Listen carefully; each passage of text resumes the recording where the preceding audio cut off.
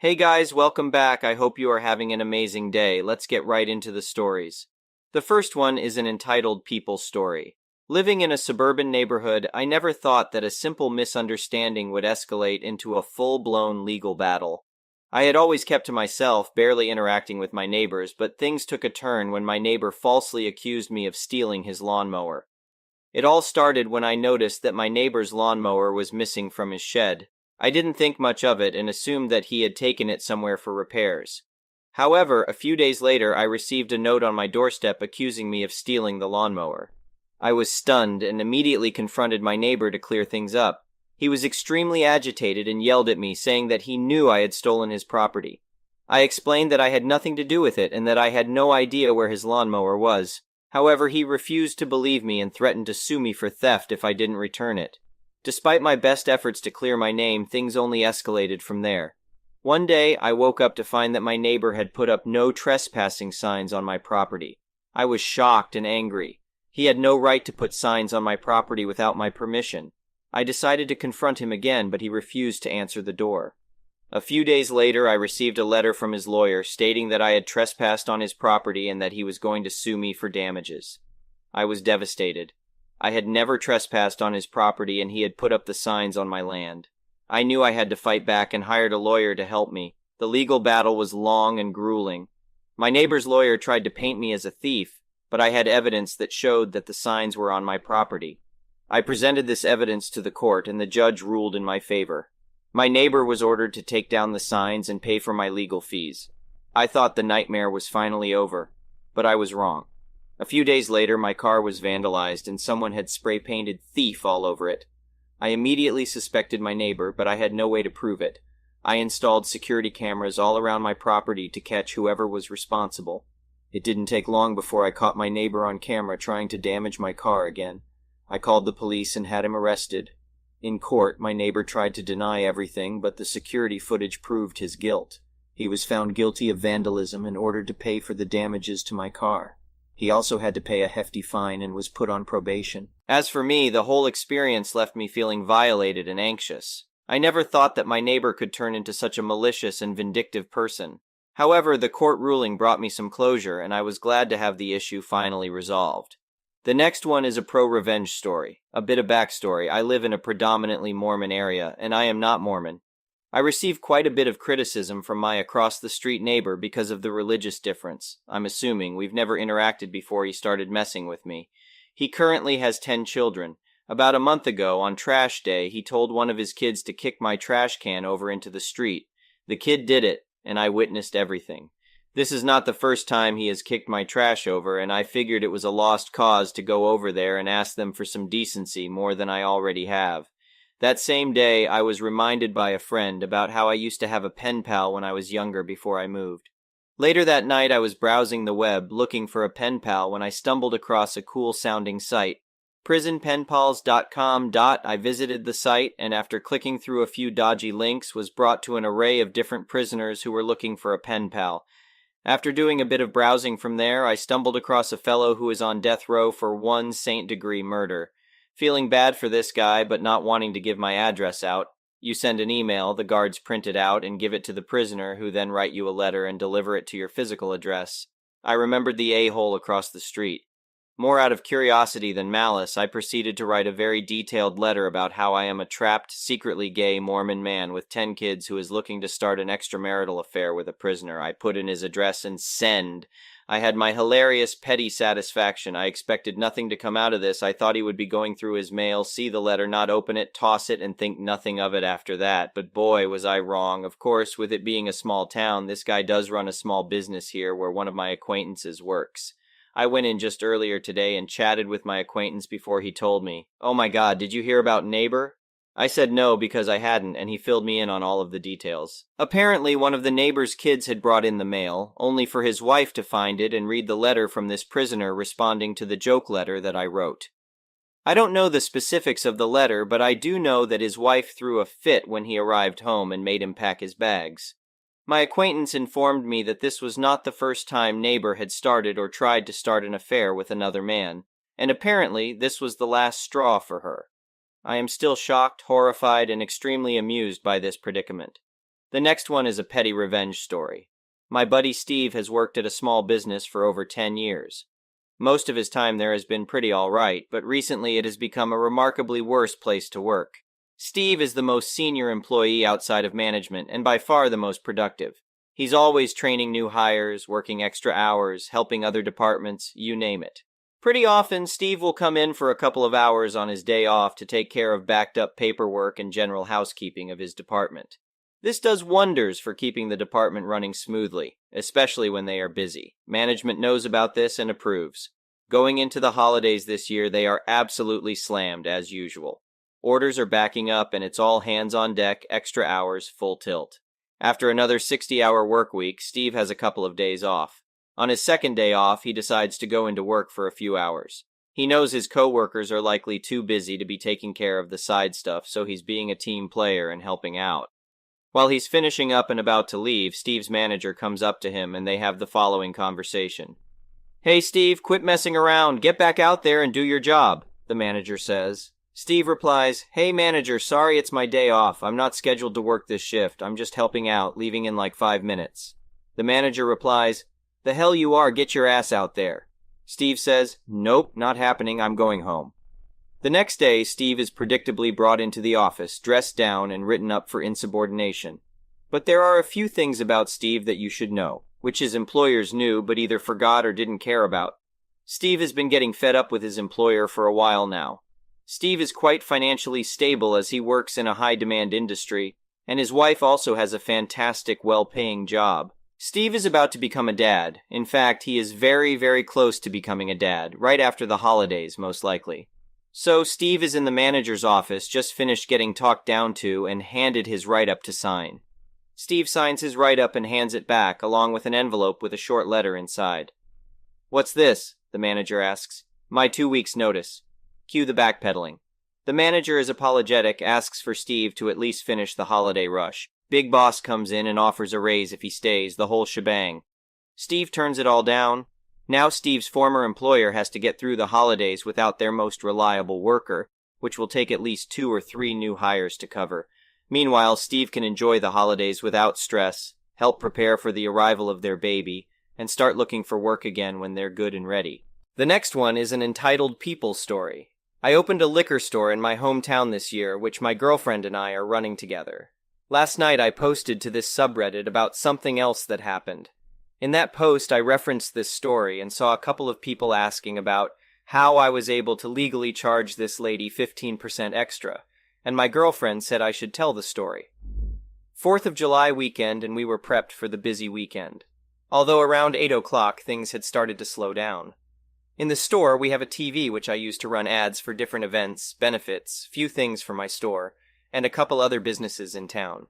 When we have no customers in the store, my girlfriend, my employees are allowed to do the same, and I connect the TV to our phones and we'll stream Hulu or YouTube videos. So we're standing there watching Family Guy when the door opens. I walk up to the register while my girlfriend is turning the TV back to the ads we have running. This lady, who easily looks like she's in her late 40s, maybe early 50s, walks in looking absolutely furious. Before I can say hi, she yells, "Does your manager know what you're doing?" My girlfriend and I share a glance. Because of our age, many people assume we just work there and aren't the owner and GM. I look back and nod my head. Yeah, I'm pretty certain that manager and owner have intimate knowledge of what we're doing. My girlfriend chuckles behind me. She huffs. "I don't care who you're sleeping with. I need this beer. Do you have it?" My girlfriend jumps up. "Yeah, I just stocked it. The lady snaps her attention directly to her. "What are you doing here?" My girlfriend is very confused by that comment. "I'm working." The lady says, "No, that's not what I meant, and you know that. My father fought in Korea, so why is someone like you here? This is an American company with American jobs. You shouldn't be here." My girlfriend and I are absolutely slack-jawed at this woman for her blatant racism. Before we can say anything, she continues, "Your kind murdered Americans. So maybe you should work for the Chinese or go back to China, you chink idiot." Before this woman or my girlfriend can say anything, I yell, "Get the duck out of my store!" The woman snaps at me, rounding the counter. She screeches back at me, "Who do you think you are?" "I'm the owner!" I grab her arm and she starts idioting and slapping my hand, but I just start dragging her to the door. "Now get out!" I open the door to my vestibule and push her into it. She turns back. She's standing in the vestibule and yells, "I'm calling the police for impersonation and assault." I didn't even dignify it with a response and just walked back in. I hadn't noticed, but my girlfriend had gone back into the office and I started consoling her. I've dealt with rude people all my life, but that woman crossed a line. Around 10 minutes later, and I see a car pull into the parking lot on the monitor connected to the cameras. I look at it and see one of the trucks that's used by the sheriff's department. I wait a couple minutes and I get up and walk out front and see this woman standing next to my door. She's giving a statement to the deputy, who I instantly recognize. I went to high school with this guy, and we played football and baseball together. I walk out the door and am greeted by, "That's him, he's impersonating the owner and assaulted me." The deputy looks over at me, very obviously confused. "Him?" The lady rolls her eyes. "Yes, him." The deputy says, "Miss, he's the owner." She about goes ballistic on him. "No, he's not. Look at him. He's too young." The deputy is very obviously annoyed, but manages to explain to her that I am actually the owner.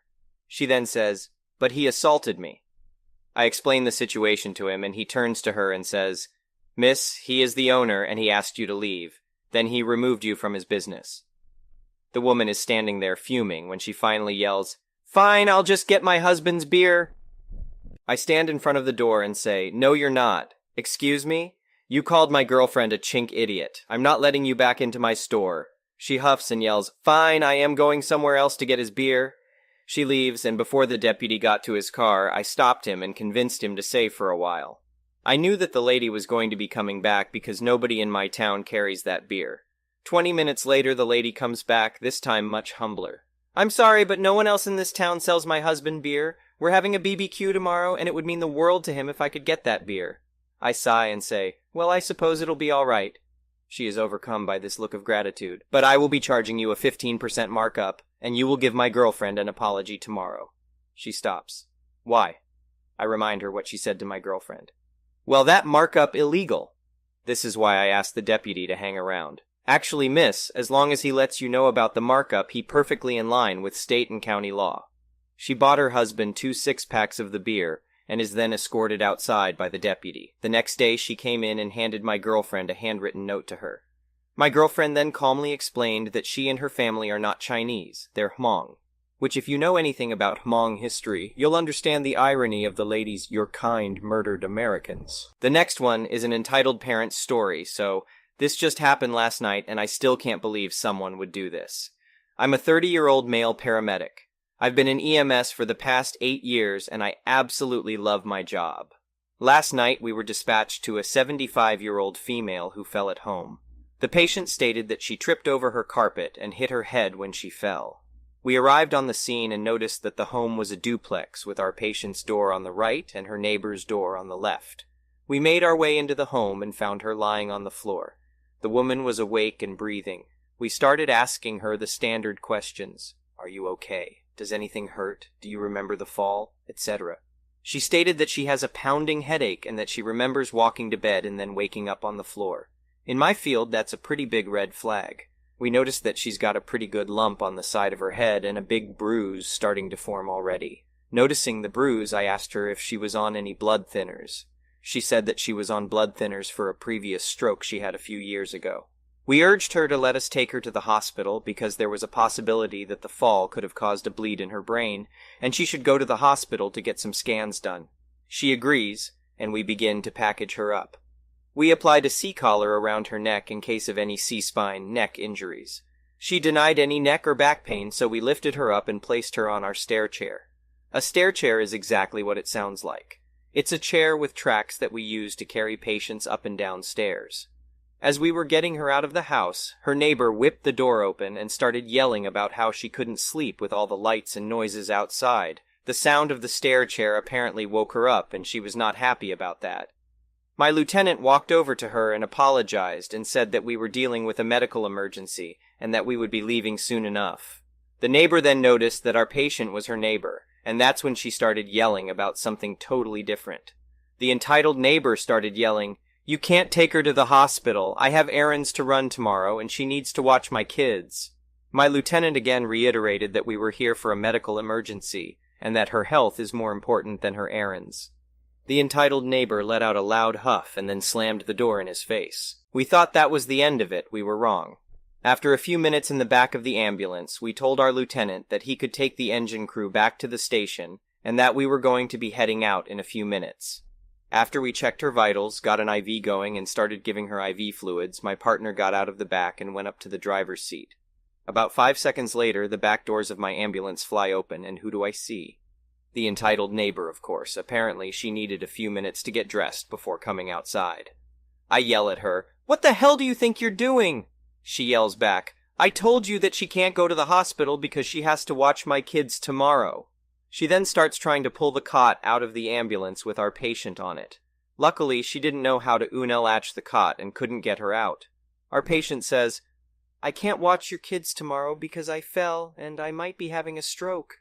The entitled neighbor yells back at her and says, "You're fine. You don't need to go to the hospital because you're not having a stroke." My partner then hears the commotion and goes to the back of the ambulance. He pulls her off the cot, and I slam and lock the doors. You could tell that the entitled neighbor was about to become combative. It's important to know that either the police department or the sheriff's department responds to our calls when it's at night. Because of where we were, it took a few minutes for the sheriff's department to show up on the scene, but he got there just in time. I couldn't hear much through the door, but I saw the officer get out of his cruiser with his taser drawn. My partner runs back up to the driver's seat and starts heading to the hospital. The last thing I saw through the back windows was the entitled neighbor stomping towards the officer and then her hitting the ground after being tased. Super satisfying to watch. I was talking with my patient and asked what that was all about, and she said that the entitled neighbor would just drop her 3 young kids off at her house and leave for several hours at a time with no notice. My patient had no idea that she was supposed to watch the kids at all, because again, the entitled neighbor never even gives her a heads up about these things. Like I said in the beginning, this happened last night, so I don't have any updates, but I'll post an update when I learn more. Small update. My contact at the hospital said that the patient does not have a bleed. She does, however, have a really nasty-looking bruise on her face from the blood thinners. It's incredibly common. She will most likely be going home soon. There is no update on the neighbor.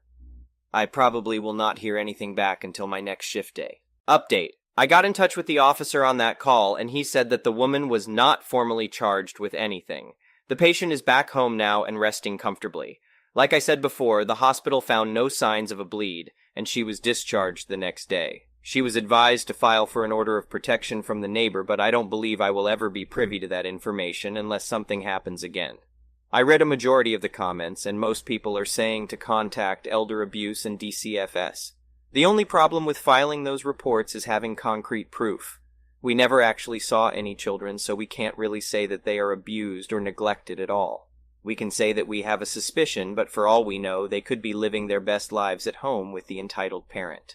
If the entitled parent had left and abandoned her kids, then that's another story. Calling DCFS without any signs of child abuse and just working off hearsay can just cause more problems if the accusations are unfounded. The same can pretty much be applied to elder abuse. We have no actual proof of elder abuse occurring. The entitled neighbor was not involved in the actual fall, and there was no suspicion for any kind of financial, physical, emotional, or social abuse. The way our patient talked about the kids getting dumped on her was in more of an inconsiderate way and not in an abusive way. The next one is an entitled parent story. This happened yesterday after I got off work, and I'm rather peeved about it. I just went into my local supermarket to buy some quick groceries before going home and making dinner. I didn't have that much stuff, so I went for the self-checkout since it's generally faster. I was tired and just going through the motions. But after scanning a couple of my items, someone suddenly swung their store card over my scanner. It was some guy I've never met before, and he was scanning his groceries like it was nothing. I asked him what the hell he thought he was doing when he scanned his card at my till. He just tried to ignore me, but I got louder, so he finally just said that he needed the rewards points for the gas station, and I countered by saying, "You think I don't? I own 2 vehicles." The guy tried to go back to ignoring me, so I called for an employee to void my transaction so I could start over using my card. That's when the jerk finally stopped what he was doing to yell at me. He pointed out how I was wearing a suit and probably had a well-paying job, so I didn't need to worry about money for gas, and he needed the points more than me. I told him that it didn't matter what he thought. He doesn't know me, we're not friends, and I use my rewards points for fuel, nor is he entitled to them from my purchases. Finally, an employee showed up to stop the fighting, and the jerk tried to say to her that I was taking his rewards points. I pointed out I couldn't be taking his points when they're at my damn till, and he scanned his card at my till before I could scan mine. The jerk kept trying to talk over me as I said all that too. The timid girl working at the self-checkout basically took off and called for a manager's help.